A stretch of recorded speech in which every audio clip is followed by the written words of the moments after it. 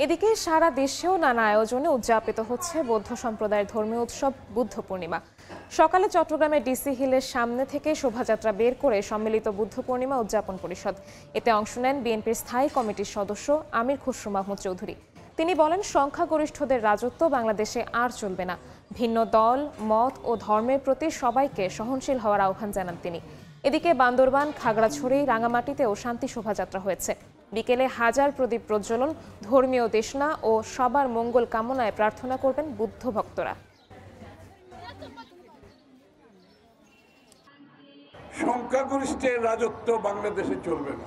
রাজনৈতিক ভিন্নতা থাকবে, মতের ভিন্নতা থাকবে, কিন্তু অপরের যে মত তার প্রতি আমাকে সম্মান জানাতে হবে, সহনশীল হতে হবে। বাংলাদেশে আর অশান্তির কোনো সুযোগ নাই। সুতরাং আগামী দিনের যে বাংলাদেশের মানুষ একটা স্থিতিশীল বাংলাদেশ চায়, যেখানে সবাই প্রসপার করবে, সবাই উঠে আসবে।